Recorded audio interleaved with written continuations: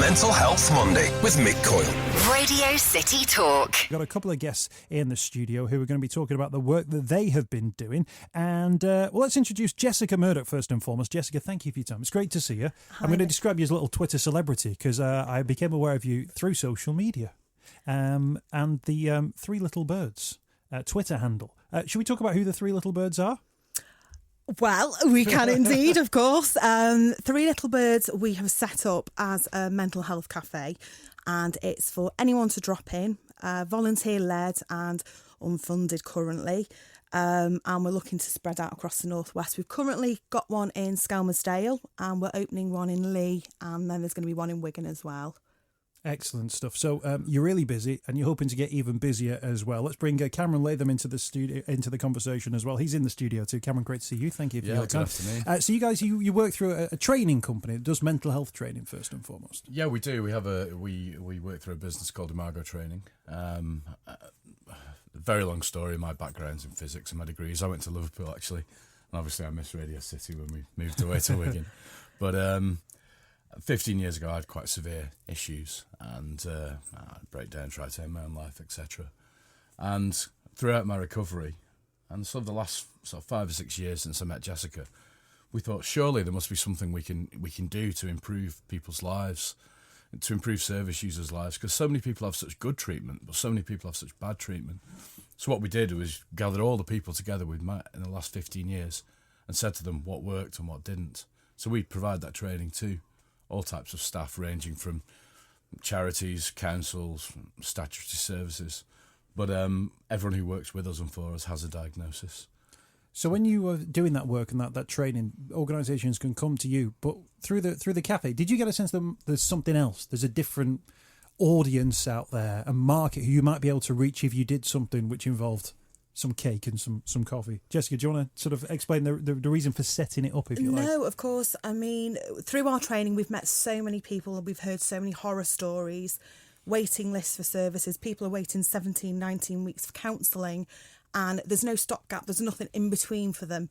And obviously, suicide rates are going up. So we thought, what can we do? What is there around? What's available? So we did some pilots, and we've trialled it in different areas.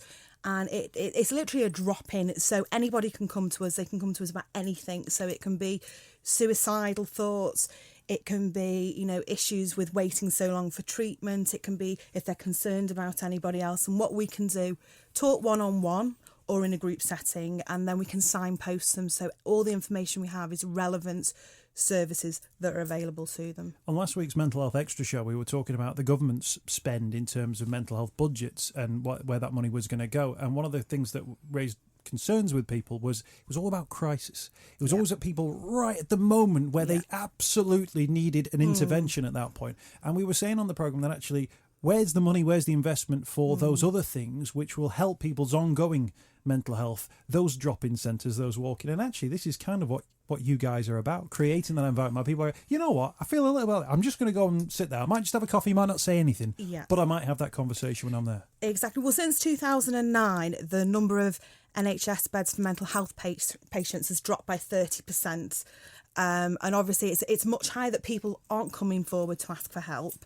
So by creating Three Little Birds, as I say, it's a safe space. And we have the lived experience. So one of our volunteers has probably been through it and come out the other side. So it's giving people hope as well.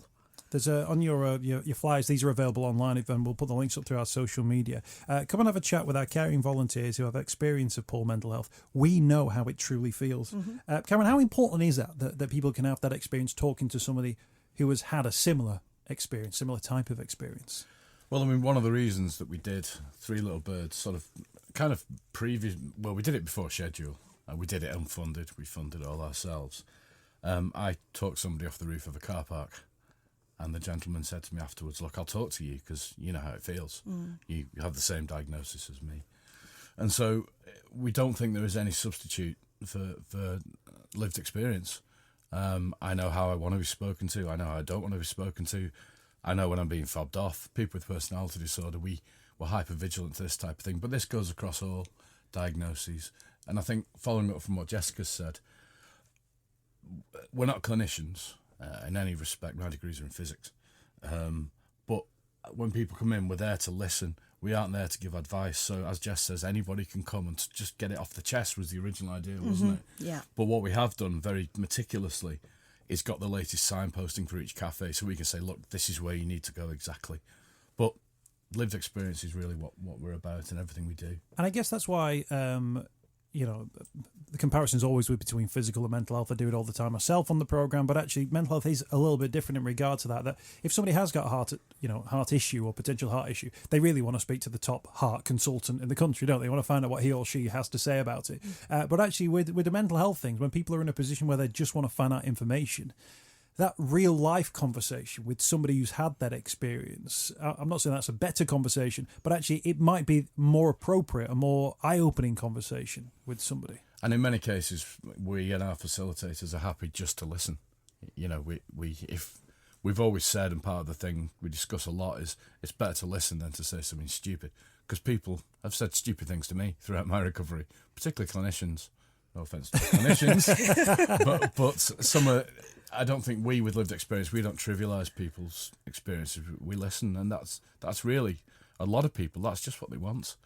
When people come in through the door, Jessica, do they say, oh, am I in the right place? Or do they kind of like trying to awkwardly find their way and thinking, do I approach somebody? Does somebody approach me? Or is that about you creating that environment? No, I mean, you can actually see sometimes people will do a circle before they come in, very nervous. So what we've done is I will be at the front, and as soon as somebody walks in through the door, they're greeted by me, and then we walk through and I'll introduce them to maybe another volunteer. We get a cup of coffee, cup of tea, have a sit down, have a chat, or even have a game of pool. We don't have to talk face to face, next door to each other. And people don't want to talk. They just want to come and sit with us and then talk the following week. Quite welcome to do that. What do people say? What are people's reaction when you give them that kind of experience? Oh, tears mostly, to be honest. But, the people that have come in so far, I mean, we launched this in August. We've had heart-wrenching, heartbreaking stories, suicidal, debt problems, people having their children taken off them, mental health difficulties. It literally is a whole range of things, but everything so far has turned into a positive. Not too sure if I'm supposed to say this, but we had a gentleman come in who was struggling and he wanted to end his life, but he came back the following week. And we've got that relationship now, so hopefully he'll keep coming till he gets the help that he needs. And isn't that great that actually that intervention, whatever that intervention looks like, for some people that might be what they're looking for. Just that space, that moment, that time where they can go, you know what, this might be it. This might be the thing that makes me feel a little bit different. And you've created that.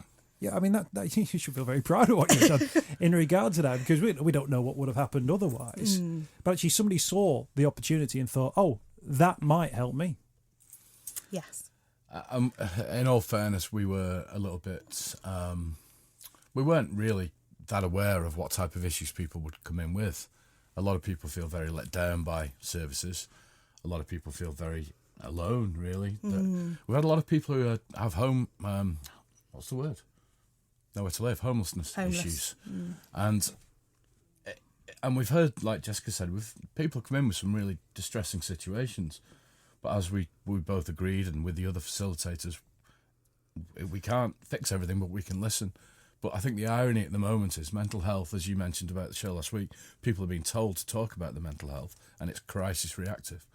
But the problem is now it's becoming slightly less stigmatised. The services just aren't there for people. Yeah. When they've took the plunge and said, look, I need help, then they go onto a waiting list. But I guess, you say you're not clinicians. The MP Luciana Berger did a post a little bit earlier on today, and she was talking about there being, within every department in government, being a provision for mental health. And I guess you guys would have seen that in real life, that actually you're not just talking about somebody from a medical point of view. You're talking about debt, you're talking about finance, you're talking about employment, you're talking about jobs, you're talking about housing, you're talking about family. And actually that goes far beyond something that a GP could legislate for in any way, shape or form. It's kind of like a whole life thing that you guys are looking at and are dealing with. Yeah, and it also comes down really to the concept of recovery. There's always pressure upon services for people to recover. When I first became ill, I said to my mental health nurse, how long will this take? Thinking he was going to say, 6 months. He said 10 to 15 years. which, as it happened, was the case. But recovery is linear. It is up and down. There's going to be ups, there's going to be downs, and if anyone's on the downs, they can come and see us, have a chat with us, talk to us. But what services don't realise is that you can have as many pills or as much therapy or as many admissions as you want, but if you're in debt, you can't pay your council tax, you've nowhere to live, nothing to eat, no gas, no electricity, your benefits have been sanctioned, you're really not going to recover. And so everything's dragging people back all the time, isn't it? It's very difficult to promote recovery as clinicians, if we were, when there's all these other pressures upon people. Yeah, which I guess is why the community's reacted to you in the way that they have, that they've seen you as a community hub, because really that's what the community's asking for. Just tell us, Jessica, so when are you open at the moment? You got Lee, you're into Wigan and hoping to expand even further. Currently, we're at Skelmersdale every Thursday from 2 till 7, and we're at Scan Pulse, which is in the Concourse Shopping Centre. And no appointment necessary, just come along. Then on the 23rd of November, we're launching in Lee, and we're going to be at Tesco's Extra there. Details on the website. And also, we're going to be opening one in Wigan, and that will launch the first week of January. We've still got to set a date for it, but January for that one. Obviously, it's something which you are seeing as being a success in terms of how people are reacting. I mean, in terms of this spreading far and wide, we often hear, don't we, about the crisis on the high street. What's going to be in all these empty shops as they're opening? This is part of the solution, isn't it? You could have things like this: cafes, mindfulness centres, well-being drop-in centres, where you can have these kind of conversations. If every town could have one, it would massively help. It really would. It's preventative measure, isn't it? And we always like to try and promote it in that not only we're helping people, but we're helping to take the pressure off frontline services, and in particular the police, who, according to officers I've spoken to over recent months, spend so much of their time on welfare checks that they're stuck with. They can't do the role of policing. Tell us about, if you can, the power of the cup of tea or cup of coffee. Tell us about the offer when people get into the cafe, because we often talk on the programme with organisations who might use football or rugby league as a means of getting people into a conversation. A good cup of tea. A good cup of tea. Does no one any harm, does it? No, and you sit down and you're talking to the person in front of you. That's the person that you're seeing. And we don't go off a script. We don't have any set questions. It's have a talk about the weather, have a talk about how they got there, anything at all. We don't go straight in with the mental health conversation. It's whenever that person feels comfortable to talk about it. Yeah. And you mentioned pool. Yeah, at Scan Pulse there is a pool table. The gentlemen seem to love that one. They will stand round and have a game of pool. And the ladies, of course. But they will stand round, have a game, and then talk amongst themselves about mental health, which is really important. And how often or how long do people stick around for when they come in? Well, we've had quite a few hours, actually. It's not really an in and outy job, is it? People come in kind of at 10 to 2, even though we don't start till 2, and they will stay till 5 to 7, so just before we lock up. So quite happy to stay with us. And they obviously feel that environment is one which they are happy to be in and happy to feel welcome in as well. Yeah, I mean, one of the philosophies behind Pulse and the Concourse is that no one is judged for anything. Anybody can be anybody, whoever they want. And that's a really, really... It's very difficult to find that in any service, particularly even voluntary ones. But I just wanted to say something about cups of tea, if that's all right. No, absolutely. I was just thinking as Jessica was answering, one of the things a cup of tea is great for is when someone comes in and they say, can we speak to somebody? That minute, 2 minutes when you say, do you want a cup of tea? And then someone goes off to get a cup of tea.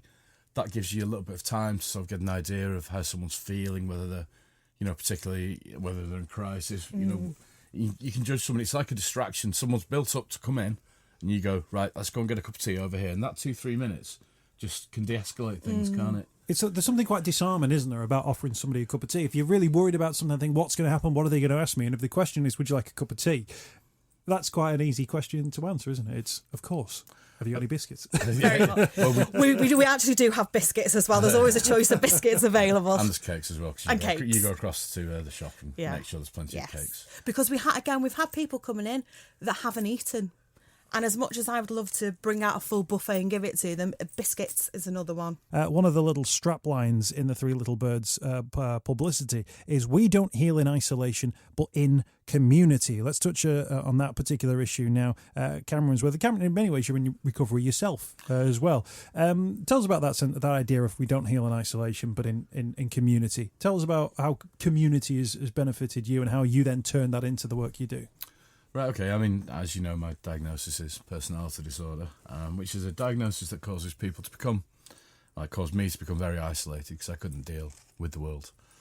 And it was really through contact with people who weren't clinicians that I started to recover.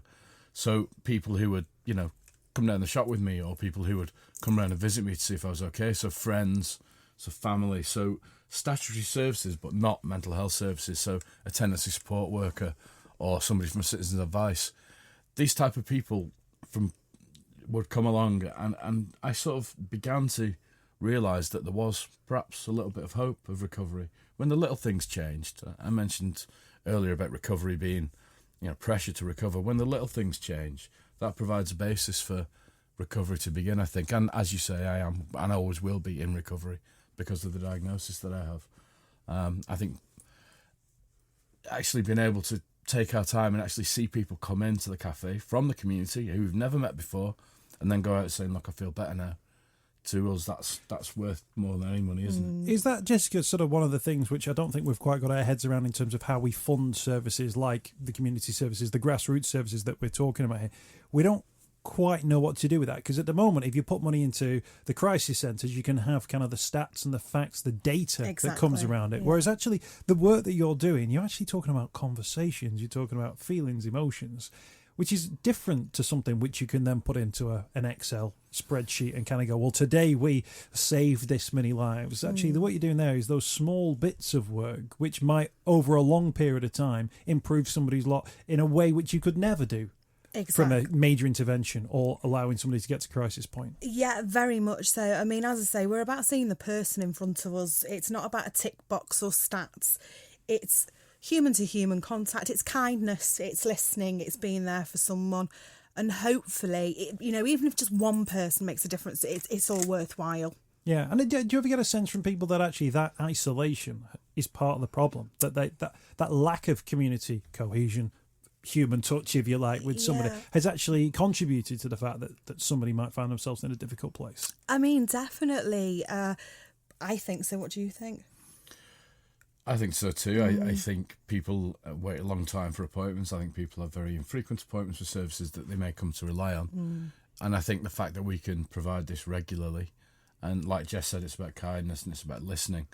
A lot of people who I've met throughout the last 15 years and in the cafe never been listened to ever in their whole lives. So just somebody spending even half an hour listening to them, they're like, wait a minute, someone's listening to me. I've never had that before. Maybe. And the fact that because I'm here, I've come to where I am in the last 15 years, and this isn't all about me, this is about Three Little Birds, but people can see that there is hope of recovery. You can go from the depths to returning to, functioning and making a difference and having your life back. Yeah, and I guess the things we're talking about there, they're quite simple. You guys are putting in a lot of work into it, absolutely. I won't underestimate that at all. A lot of work. But there's a simplicity, isn't there, to saying, you know what, come and have a cup of tea, come and have a chat, we'll listen, you talk for as long as you want, stay for as long as you want, have a game of pool, have a biscuit if you want. There's a simplicity to that, which if we can just kind of, grab and package, you can add that to your government funding in ways which would make a difference to people's lives, wouldn't it? I mean, one thing that's... Sorry, Jess, I'm talking a lot. One thing that's really important is unlike services that have to say, look, we'll make you better, we don't have to make any promises to people. We don't say you will be better. All we can say is we'll listen to you, and we'll be kind and express concern. Non-judgmental. We won't judge you, and so we can't let anybody down, because what we're offering is just to listen and to be a listening ear and signpost people if they need to. So we can't really fail in that respect. We can't let people down, people who've been betrayed in the past, can we? No. And do you get that with people when they come? Do they come and they go, right, well, I'll tell you what, I don't feel like I need to come next week, but I'll come the week after that? Or do people check in with you sort of every few weeks? Or have you found that experience? I know you're still in your kind of infancy at the moment. It's a bit of a mixture of all that, to be honest. I mean, one chap said he was going to come from the Thursday to the next Thursday, but he couldn't make it. So we actually found a contact number to ring up to tell us that he wasn't coming, which really touched me to think, that he thought of us, really. But as I say, people are coming weekly. Most people stay for about an hour when they do come. But if somebody wants to come for 10 minutes, absolutely fine by us. So just tell us about the fact so you have volunteers, and you pride yourself on we know how it truly feels. So if people want to help, do they need to have had an experience from a mental point of view? I mean, arguably we've all had our own mental health experiences, haven't we? Good and bad. Of course. Yeah, I mean, for Three Little Birds, volunteers don't have to have the experience of mental health, but it's ideal if you do. It makes you more empathetic, sympathetic. But yeah, we are looking for more volunteers. So if anybody has got a few hours to spare, by all means get in touch with us, and they will receive 3 days training as well. So we'll go through everything with them and give them the skills tool set as well to be able to deal with people. And in terms of the drinks and the food that you provide as well, do you have a bulk buyer? Do you get these donated? No, unfortunately I'm having to fund it out of my own pocket at the moment. But if anybody again would like to donate anything, that would be absolutely amazing, and we'd be eternally grateful. And obviously put it up across social media as well. Let's be dead cheeky. What do you need? Oh, God. Tea, coffee, milk, biscuits. That's pretty much it. And if anyone's able to deliver it as well, so I'm sure you'll probably get it if you need to. Cakes. Every Thursday between 2 and 7 cakes. We've got the cakes into the mix. Bacon rolls. Let's throw those in. Bacon rolls, yeah. Opposite the Farm Foods at Skem Pulse, the Concourse Shopping Centre. That's the Skem Pulse building and room at the Concourse Shopping Centre in Skem on the ground floor opposite Farm Foods every Thursday 2pm until 7pm. You're in Lee as well, so there might be organisations there. Yes. Where are you going to be there? 23rd of November is the launch date, and it's at Tesco's Extra in Lee. So Tesco providing the space? They are providing the room, the community room for us, and that's from 2 till 5. That's going to be 2 o'clock in the afternoon till 5 o'clock in the afternoon. People could even go in there and shop and drop something off along the way if they wanted if they wanted to as well. And you're into Wigan. Do you say you've got the space in Wigan? Yeah, we're going to be doing it at the One House Community Centre, and we're just due to be training the volunteers up just now before Christmas, and then we're launching it in January, so hopefully people will come along to that as well. If people want to donate, absolutely. We'll get the links up on our social media to the Three Little Birds social media pages. If people are thinking, actually, we've got space here, we could host one of these events, is that something you're looking to do? Definitely. Get in touch with us. As I say, I would love one of these in every town in the Northwest. Well, across the country, but we're aiming for the Northwest because we are Northern. But yeah, that's the plan. So please get in touch. We will get all the links up on our social media. Cameron, anything that you wanted to add? Just far, I guess, really, we're working in partnership in Lee with Lee Community Trust. That's a community organisation that does some great work, and they've kind of negotiated with Tesco for us, and are providing room. Facilitators too as well. Brilliant stuff. So yeah, people are taking a notice, and it is what we're hoping is somehow this will create some web of cohesion across services somehow. Thank you both for your time. Great to see you. Thanks for joining us on Radio City Talk. Mental Health Monday on Radio City Talk with Mick Coyle. Tackling the stigma. Radio City Talk.